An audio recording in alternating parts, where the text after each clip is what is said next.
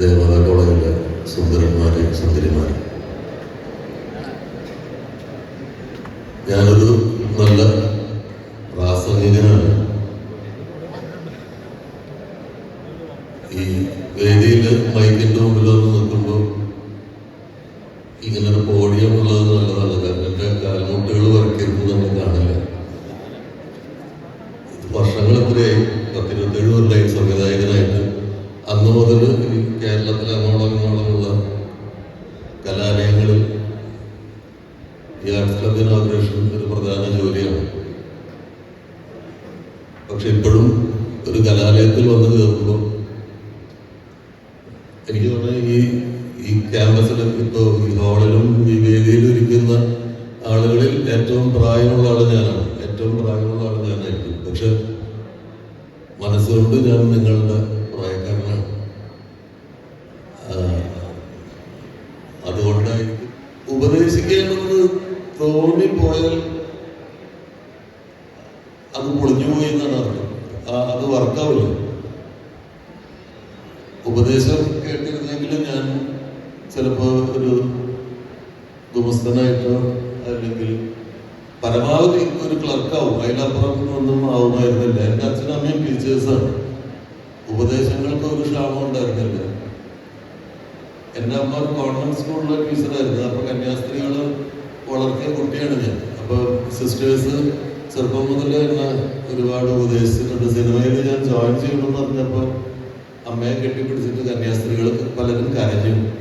സാരില്ലേ, നമുക്ക് പ്രാർത്ഥിക്കാം, അവൻ വന്ന എന്തോ ഒരു അപകടത്തിലേക്ക് ഞാൻ പോകണം. അപ്പം ഞാനന്ന് എൻ്റെ പാത എന്താണെന്നുള്ളത് ഈ പഠിക്കുന്ന കാലത്തൊന്നും എനിക്ക് യാതൊരു ധാരണ ഉണ്ടായിരുന്നില്ല. ഓരോ കാലത്തും എനിക്ക് അവരൊക്കെ കാണുമ്പോൾ ഞാൻ എപ്പോഴും വിചാരിക്കും, എൻ്റെ ജന്മം എന്ന് പറയുന്നത് ഒരു പ്യുവർ വേസ്റ്റാണ്. എൻ്റെ സുഹൃത്തുക്കൾ, ഞങ്ങൾക്കൊരു ഗ്യാങ്ങുണ്ട്, 10-17 പേരുള്ളൊരു ഗ്യാങ്ങാണ്. അതിലെ ഏറ്റവും പൊക്കം കുറഞ്ഞ ആള് ഞാനാണ്.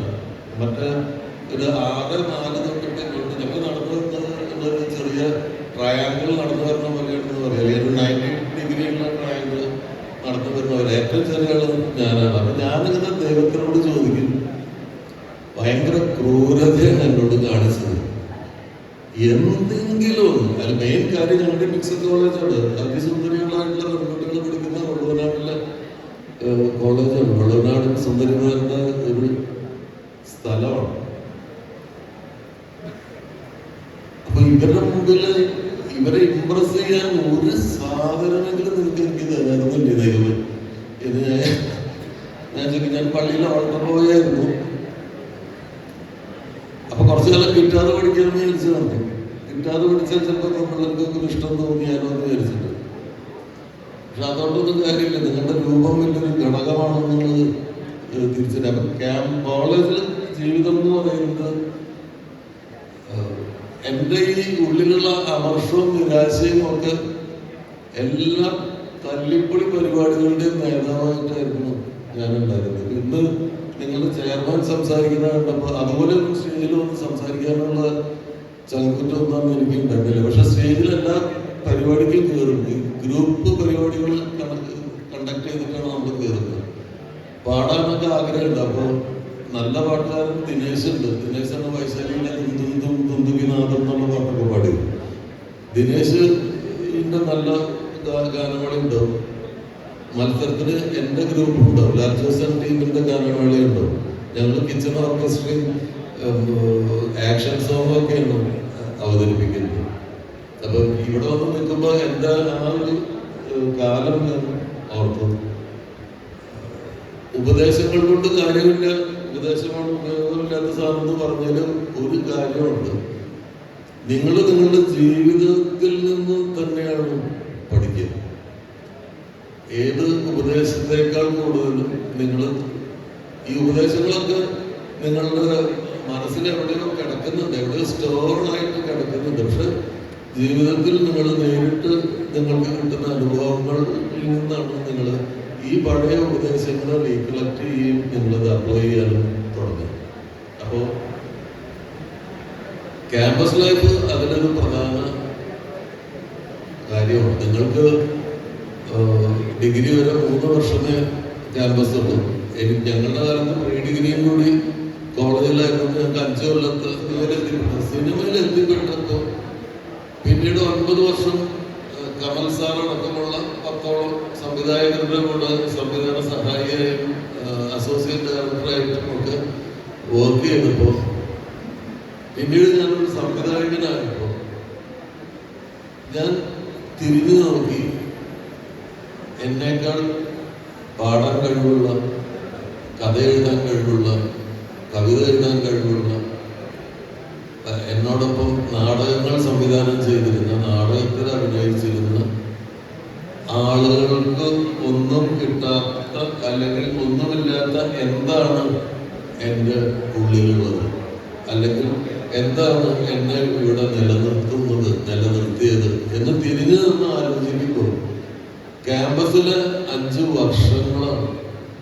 ഞാൻ എക്കണോമിക്സ് പഠിച്ചില്ല, ഞാൻ മാത്തമാറ്റിക്സും പഠിച്ചില്ല, പക്ഷെ എനിക്കൊരു ജീവിത വിദ്യാഭ്യാസം ഈ ക്യാമ്പസിൽ നിന്ന്, എൻ്റെ ക്യാമ്പസിൽ നിന്ന് കിട്ടിയത്. അന്ന് പിന്നീട് സിനിമാ രംഗത്തും എൻ്റെ ജീവിതത്തിലും ഞാൻ ഫേസ് ചെയ്തിട്ടുള്ള എല്ലാ കാര്യങ്ങളുടെയും മിനിയേച്ചർ ആ ക്യാമ്പസ് ലൈഫിൽ ഞാൻ അനുഭവിച്ചിരുന്നു. ക്ലാസ്മേറ്റ്സ് എന്ന് പറയുന്ന സിനിമയില് ഒരു വലിയ വിഭാഗം കഥാപാത്രങ്ങൾ എൻ്റെ ക്യാമ്പസ് ലൈഫിൽ ഉണ്ടായിരുന്ന ആൾക്കാര്. എന്നിലുണ്ടായിരുന്ന കഴിവെന്തായിരുന്നു എന്ന് പിൽക്കാലത്ത് ഞാൻ തിരിച്ചറിഞ്ഞത് ഞാനൊരു ആസ്വാദകനാണ്. എനിക്ക് പാട്ട് ആസ്വദിക്കാൻ പറ്റും, എനിക്ക് നല്ല കഥകൾ ആസ്വദിക്കാൻ പറ്റും, എനിക്ക് നോവലുകൾ വായിക്കാൻ പറ്റും, എനിക്ക് നല്ലൊരു ചിത്രം കണ്ട് ആസ്വദിക്കാൻ പറ്റും. അപ്പൊ ആദ്യം ആസ്വാദകനാവുക എന്നുള്ളതാണ്. ആസ്വാദകനെ നല്ല മനുഷ്യനാവാൻ പറ്റുള്ളൂ. എനിക്ക് പാട്ട് കേൾക്കുന്നത് ഇഷ്ടമല്ല എന്ന് ആരെങ്കിലും പറയുന്ന കേട്ടാൽ നിങ്ങൾ അയാളെ സൂക്ഷിക്കണം. അയാൾ അപകടകാരിയാണ്. പാട്ട് ആസ്വദിക്കാൻ പറ്റുന്നില്ലെങ്കിൽ എന്തോ കുഴപ്പമുണ്ട് അയാൾക്ക് ഉറപ്പായിട്ടും വിചാരിക്കാം. ഞാൻ മറ്റു കഥകൾ വായിക്കില്ല, എനിക്ക് കഥ വായിക്കുന്നത് ഇഷ്ടമേ ഇല്ല എന്ന് പറഞ്ഞു കഴിഞ്ഞാൽ എവിടെയോ എന്തൊരു തകരാറ് അയാൾക്കുണ്ട് എന്നുള്ളതാണ്. ഇവിടെ എന്തായാലും നിങ്ങളുടെ ചെയർമാനും പ്രിൻസിപ്പളും കൊള്ളാം, രണ്ടുപേരും വളരെ സരസമായി സംസാരിക്കാൻ കഴിയുന്ന ആൾക്കാരാണ്. പുറത്തു കിടക്കുമ്പോൾ എനിക്ക് ഈ ക്യാമ്പസുകളിൽ വരുമ്പോഴുള്ള ഏറ്റവും വലിയ അപകർഷതാബോധം എന്താണെന്ന് വെച്ചാൽ ഞാനത് നന്നായി സംസാരിക്കാൻ, പ്രസംഗിക്കാനൊന്നും അറിയില്ല. ചില ആളുകൾ അത് ഈ അടുക്കും ചിട്ടയോടും കൂടിയിട്ട് ഇങ്ങനെ പറയുന്നത് കേൾക്കുമ്പോൾ നമുക്ക് കൊതി തോന്നും. ഞാൻ കോളേജിൽ പഠിക്കുന്ന കാലത്ത് അന്ന് ക്യാമ്പസിൽ വന്നിട്ടുള്ള വേണുപള്ളി സാർ എന്നൊരു ആർട്സ് ഡേ ഇനോഗ്രേഷനുണ്ട്. അദ്ദേഹം പ്രസംഗിക്കുന്നത് കേട്ട് നമ്മളിങ്ങനെ ഒരു പാട്ട് കേൾക്കുന്നത് പോലെ ഇരുന്നു. അപ്പൊ ഞാനത് എന്തുകൊണ്ടാണെന്ന് എനിക്ക് മനസ്സിലായില്ല. അപ്പൊ അദ്ദേഹം പറഞ്ഞ ഈ ക്യാമ്പസ് രസകരമാക്കിയത് നീയാണ്, നിന്റെ ഈ നീയുള്ള വർഷങ്ങളില് ഇത് ക്യാമ്പസിന് രസകരമാക്കിയത് നീയാണ്. ഞാൻ കടിച്ചു പിടിച്ച് നിന്നത് നീ ഓവറായി പോകാതിരിക്കാൻ വേണ്ടിയില്ല. എനിക്ക് എന്റെ പിന്തുണയും കൂടി ഉണ്ടെന്ന് അറിഞ്ഞു കഴിഞ്ഞാൽ നീ എന്തൊക്കെ ചെയ്യുന്ന എനിക്കൊരു ഐഡിയ ഇല്ല. അതുകൊണ്ടാണെന്ന് എന്റെ ക്ലാസ്സിൽ നിന്ന് അദ്ദേഹം പറഞ്ഞു. അപ്പം അധ്യാപകരൊക്കെ നിങ്ങൾ തിരിച്ചറിയുക ചിലപ്പോൾ ഈ ക്യാമ്പസ് കാലം കഴിയുമ്പോഴായിരിക്കും അവരിലുള്ള ചില പ്രത്യേകതകളും കാര്യങ്ങളൊക്കെ നിങ്ങൾ ഓർത്തെടുക്കുക. ഈ കാലം കഴിയുമ്പോഴാണ് വലിയ നഷ്ടബോധം ഓരോ തവണ ഓരോ ക്യാമ്പസിൽ ചെന്ന് കയറുമ്പോൾ തോന്നും. ഞാൻ വേറെ എന്തൊക്കെയോ പറയണമെന്ന് വിചാരിച്ചിട്ടാണ് പറഞ്ഞത്. പ്രിപ്പയർ ചെയ്തത് പറയാൻ പറ്റാതിരിക്കുക എന്നുള്ളതാണ് എൻ്റെ ഏറ്റവും വലിയ ദുരന്തം. കാണാപ്പാടം പഠിക്കൽ പണ്ടും ബുദ്ധിമുട്ടായിരുന്നു.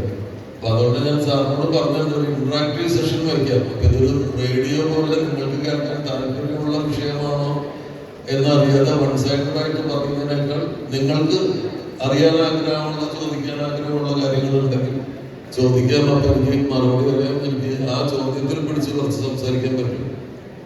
അപ്പൊ ചോദ്യങ്ങളൊക്കെ ഉണ്ടല്ലോ അല്ലേ? ഇല്ലേ? മമ്മൂട്ടിയുടെ ശമ്പളം എത്രയാ? മറ്റേ ഇപ്പോഴത്തെ ഏറ്റവും ശമ്പളം കിട്ടുന്ന നടിയാല്ല. ഏത് നടനും നടിയും തമ്മിലാണ് ഇപ്പൊ പ്രണയം? ആരാരെയാണ് ഡേറ്റ് ചെയ്യുന്നത്? അത്തരം ചോദ്യങ്ങൾക്കൊന്നും എനിക്ക് ഉത്തരവില്ല. ഞാൻ സിനിമ കഴിഞ്ഞാൽ ഒറ്റപ്പാലം തന്നെ വീട്ടിലേക്ക് പോകുന്ന ഒരാളാണ്. സിനിമയിലെ ഗോസിപ്പ് എന്റെ ഭാര്യ പറഞ്ഞിട്ടാണ് ഞാൻ അറിയാറ്. കാരണം അവര് ടീച്ചറാണ്. ഈ ടീച്ചർമാരും സ്റ്റാഫ് റൂമിൽ മെയിൻ പരിപാടി സിനിമയിലത്തെ ഗോസിപ്പുകൾ ചർച്ച ചെയ്യുന്നതാണ്. അപ്പൊ അതുകൊണ്ട് ഭാര്യ പറഞ്ഞിട്ടാണ് സിനിമ ഗോസിപ്പുകൾ ഞാൻ അറിയുന്നത്. അതല്ലാത്ത സിനിമയെ കുറിച്ച് നിങ്ങൾക്ക് അറിയേണ്ട അത് നമ്മളൊക്കെ പഠിപ്പിക്കുന്ന നമുക്ക് വായിച്ചിട്ടുള്ള ഒരു പഴമൊഴിയുണ്ട്, അനുഭവം ഗുരു എന്ന്. അതിനൊരു ചെറിയ തിരുത്തുണ്ട്. മറ്റുള്ളവരുടെ അനുഭവം നമ്മുടെ ഗുരു ആയാൽ നമുക്ക് കൊള്ളാം. കാരണം നമ്മുടെ ജീവിതത്തിൽ ഒരു ദുരന്തം ഉണ്ടായതിനു ശേഷം നമ്മൾ പഠിച്ചിട്ട് കാര്യമില്ലല്ലോ. അപ്പൊ മറ്റുള്ളവരുടെ ജീവിതത്തിലേക്ക് കണ്ണു തുറന്നു കാതു തുറന്നു വയ്ക്കുക. അവരുടെ ജീവിതത്തിൽ ഉണ്ടാവുന്ന കാര്യങ്ങളിൽ നിന്ന് നമ്മൾ പഠിക്കുക. അപ്പൊ വലിയ ഫിലോസഫിക്കൽ ഗ്രന്ഥങ്ങളൊന്നും വായിച്ചില്ലെങ്കിലും നിങ്ങളുടെ പരിസരത്തുള്ള ആളുകളെ നിരീക്ഷിക്കുക, അവരുടെ ജീവിതത്തിലേക്ക് നോക്കുക, അതിൽ നിന്ന് നിങ്ങളുടെ ജീവിതത്തിന് വേണ്ട പാഠങ്ങൾ ഉൾക്കൊള്ളുക. അതാണ് എന്നെ പിൽക്കാലത്തൊരു സംവിധായകനാക്കിയത്. ഞാൻ ക്ലാസ്മേറ്റ്സ് എന്ന് പറഞ്ഞ സിനിമ ചെയ്തിട്ട് അതിൻ്റെ ഒരു പ്രൊമോഷൻ നടക്കുന്നൊരു ക്യാമ്പസിൽ പോയപ്പോൾ അതില് ഒരു പെൺകുട്ടി എഴുന്നേറ്റ് നിന്നിട്ട് ചോദിച്ചു, 15 വർഷങ്ങൾക്ക് ശേഷം തിരിച്ചു വരിക, പഴയ കൂട്ടുകാരുമായിട്ട് ഒരുമിച്ച് ഇരിക്കുക, അവരെ കാണാൻ കൊതിക്കുക എന്നൊക്കെ പറയുന്നത് ഒരു ഭയങ്കര ഫോഴ്സ്ഡ് ആയിട്ടുള്ള അൺറിയൽ ആയിട്ടുള്ള റിയൽ അല്ലാത്ത ഒരു തോട്ടല്ല. എൻ്റെ ക്ലാസ്സിൽ ചില കാര്യങ്ങൾ ചെയ്യാൻ എന്നൊക്കെ വിചാരിച്ചിരിക്കണ്ട. ഈ കാലം ഇനി ഒരിക്കലും തിരിച്ചു കിട്ടൂല. ഇത്രയും മനോഹരമായ ഒരു കാലം ഇനി ഒരിക്കലും നിങ്ങളുടെ ജീവിതത്തിൽ ഉണ്ടാവില്ല. ഏതായാലും നിങ്ങളുടെ യൂണിയൻ ആർട്സ് ക്ലബും ഭദ്രമായ കരങ്ങളിലാണ് എന്നുള്ളതിൽ എനിക്ക് സംശയമില്ല. അതുകൊണ്ട് ഞാൻ ധൈര്യമായി ഇത് രണ്ടും ഉദ്ഘാടനം ചെയ്തതായിട്ട് പ്രഖ്യാപിക്കുന്നു. ബാക്കി നമുക്ക് ഇന്ററാക്റ്റീവ് സെഷനിൽ ഒരു സെക്കൻഡ് മാറ്റിക്കാറാണ്. ഞാനതാ പറഞ്ഞ എക്കണോമിക്സിൽ ഞാൻ മോശമായിരുന്നു, കാശ് കണക്ക് പറഞ്ഞ് മേടിക്കുന്നതിൽ മോശമായിരുന്നു. അപ്പോൾ എല്ലാ സെന്റിമെന്റ്സിലും വീഴുന്ന ഒരാളായിരുന്നു. അപ്പോൾ എല്ലാവരും പറ്റിച്ചു പോയിരുന്നു. അപ്പോൾ 1,65,000 2 സിനിമകളിലെ പ്രതിഫലം. ആ 2 സിനിമകൾ ചെയ്യാനെടുത്ത കാലം എന്ന് പറയുന്നത് ഏതാണ്ട് 4 വർഷമാണ്. 4 വർഷത്തെ വരുമാനം 1,65,000 രൂപയാണ്. രണ്ടാം ഭാവം എന്ന് പറഞ്ഞ സിനിമയ്ക്ക് അതിന്റെ പ്രൊഡ്യൂസർ എനിക്ക് 1,00,000 രൂപ അഡ്വാൻസ് വന്നിട്ട് 50,000 രൂപ എൻ്റെ കടം മേടിച്ചു.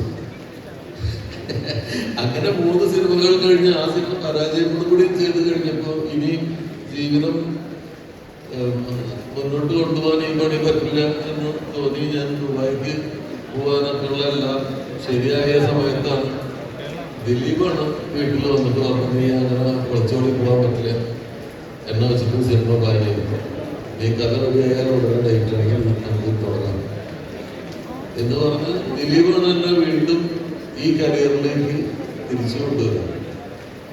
അപ്പം രസികൻ എന്ന് പറയുന്ന സിനിമ കഴിഞ്ഞ സമയത്ത് ഞാൻ മെന്റൽ ഡിപ്രഷനിലേക്ക് പോയി. ഡിപ്രഷൻ ഉണ്ടെന്നൊന്നും എനിക്കറിയില്ല. എൻ്റെ ഭാര്യയാണ് കണ്ടെത്തുന്നത് 3 ദിവസമായിട്ട് ഈ മനുഷ്യൻ ഉറങ്ങിയിട്ടില്ല, കണ്ണടച്ചിട്ടില്ല എന്നുണ്ട്. രാത്രി ഉറക്കത്തിൽ നിന്നാണ് നോക്കുമ്പോൾ കണ്ണുറന്ന് നടക്കുന്നുണ്ട്. ഞാൻ അറിയുന്നില്ല. ഞാൻ നോർമലായിട്ട് തന്നെയാണ് വിചാരിക്കുന്നത്. അങ്ങനെ എന്നൊരു വൈദ്യരുടെ അടുത്ത് കൊണ്ടുപോയിട്ട് വൈദ്യരുടെ പ്രത്യേക തരം ചികിത്സയിലാണ് ഞാൻ വീണ്ടും ഉറങ്ങുന്നത്. അപ്പൊ അത്തരം സിറ്റുവേഷൻസിലൂടെ നമ്മൾ പലതവണ കടന്നു പോയിട്ടുണ്ട്. നമുക്ക് നിങ്ങൾക്ക് ആ ഊർജ്ജം എടുക്കാം. അതല്ലെങ്കിൽ നിങ്ങൾ ഈശ്വരനിൽ വിശ്വസിക്കുന്നില്ലെങ്കിൽ നിങ്ങളെ ഏതെങ്കിലും മനുഷ്യനെ വിശ്വസിക്കുക. അയാളിൽ നിന്ന് അയാളെ മാതൃകയാക്കാം, അയാളുടെ ഉപദേശങ്ങൾ നേടാം, അയാളെ കണക്ട് ചെയ്തിട്ട് നിങ്ങൾക്ക് ആ ഊർജ്ജം എടുക്കാം. നിങ്ങളുടെ ഉള്ളിൽ തന്നെ നിങ്ങൾക്ക് നിങ്ങളുടെ ജീവിതാനുഭവങ്ങളിൽ നിന്ന് കുറെ കാര്യങ്ങളെ കുറിച്ച് എന്താ പറയണ്ട, നിങ്ങളെ തന്നെ മോട്ടിവേറ്റ് ചെയ്യാനുള്ള കാര്യങ്ങൾ സംഭരിച്ചു വയ്ക്കാം. അതിൽ നിന്ന് ചാർജാവും. അപ്പോൾ വിക്രമാദിത്യൻ എന്നുള്ള സിനിമ ഞങ്ങൾ ആദ്യം പ്ലാൻ ചെയ്യുന്നത് കുട്ടികൾ, നിങ്ങളുടെ ക്രിയേറ്റിവിറ്റി ഇല്ലാത്തവർ, നിങ്ങളൊരു പുസ്തകം വായിക്കുമ്പോൾ നിങ്ങളത് വായിക്കുന്ന സമയത്ത് നിങ്ങളുടെ ഇമാജിനേഷനിലാണ് അതിലെ വിഷ്വലുകൾ വരുന്നത്. അതിലെ കഥാപാത്രങ്ങൾക്ക് നിങ്ങളുടെ ഇമാജിനേഷനിൽ, നിങ്ങളുടെ ഭാവനയിൽ രൂപങ്ങളുണ്ട്. ആ കഥ നടക്കുന്ന സ്ഥലം എവിടെയാണെന്ന് നിങ്ങൾ ഇമാജിൻ ചെയ്യും. അപ്പൊ നിങ്ങളുടെ ഇമാജിനേറ്റീവ് പവർ വർദ്ധിക്കും. ഞങ്ങളുടെ കാലത്തൊന്നും ഈ മൊബൈൽ ഫോൺ ഇല്ലാതിരുന്നതുകൊണ്ടാണ് നമുക്കൊക്കെ ഇമാജിനേഷൻ ഉണ്ടായതെന്നാണ് എനിക്ക് തോന്നുന്നത്. നമുക്ക് ആളുകളെ ഒബ്സർവ് ചെയ്യാനൊക്കെ സമയമുണ്ടായിരുന്നു, ആളുകളെ നോക്കാനും അവരെ പഠിക്കാനും ഒക്കെ പറ്റുമായിരുന്നു. നോവലുകളും കഥകളും വായിക്കുമ്പോൾ നിങ്ങൾക്ക് നിങ്ങളുടെ ഇമാജിനേഷനെ ബൂസ്റ്റ് ചെയ്യുന്ന കാര്യങ്ങൾ സംഭവിക്കുന്നുണ്ട്. അതേസമയം നിങ്ങളൊരു റീല് കാണുമ്പോൾ മറ്റൊരാള് വിഷ്വലൈസ് ചെയ്ത മറ്റൊരാളുടെ വിഷ്വലാണ് നിങ്ങൾ കാണുന്നത്. അത് കാണണ്ടെന്നല്ല ഞാൻ പറയണം, പക്ഷെ അതിന് അഡിക്റ്റഡ് ആവുന്നത്. വായനയ്ക്ക് കുറച്ച് സമയം കൊടുക്കണം. വായിക്കുമ്പോൾ നിങ്ങളുടെ വിഷ്വലുകൾ നിങ്ങൾ മനസ്സിൽ കാണും. ആ വായിക്കുന്ന കഥാപാത്രത്തിന്റെ രൂപം, ആ കഥ നടക്കുന്ന സ്ഥലം ഒക്കെ നിങ്ങളുടെ ഇമാജിനേഷനിൽ കാണും. ഇമാജിനേഷൻ സംവിധായകനാവാൻ മാത്രമല്ല, ഇമാജിനേഷൻ വേണ്ടത് നിങ്ങൾക്ക് നല്ല ഭാര്യ ആവണമെങ്കിൽ, നല്ല ഭർത്താവണമെങ്കിൽ, നല്ല മകനാവണമെങ്കിൽ, മകളാവണമെങ്കിൽ, നല്ലൊരു പ്രിൻസിപ്പളാവണമെങ്കിൽ, നല്ലൊരു അധ്യാപകനാവണമെങ്കിൽ നിങ്ങൾക്ക് ഇമാജിനേഷൻ വേണം. ഇമാജിൻ ചെയ്യാനുള്ള കഴിവില്ലാത്ത ആളുകളാണ് മരം പോലത്തെ അധ്യാപകരും, മരം പോലത്തെ ഒരു ഗുണമില്ലാത്ത ഡോക്ടേഴ്സ് ആവുന്നതൊക്കെ ഇമാജിനേഷൻ ഇല്ലാത്ത ആളുകളാണ്. ഏത് തൊഴിലിലും നിങ്ങൾക്ക് വിജയിക്കണമെങ്കിൽ, ഏത് വ്യക്തിപരമായിട്ട് നിങ്ങൾ നല്ല ആളുകളാവണമെന്നുണ്ടെങ്കിൽ, നിങ്ങൾക്കൊരു മിടുക്കന്മാരാവണമെങ്കിൽ ഇമാജിനേഷൻ എന്ന് പറഞ്ഞ സാധനമാണ്. അതുണ്ടാവാൻ സഹായിക്കും നോവലുകളും കഥകളും കവിതകളും. വായിച്ചാൽ നിങ്ങൾക്ക് കൊള്ളാം. നിങ്ങളെനിക്ക് വളരെ നന്നായി മനസ്സിലാക്കാൻ പറ്റിയെന്നാണ് തോന്നുന്നത്. എനിക്ക് നിങ്ങളെ ഇഷ്ടമായി. Thank you.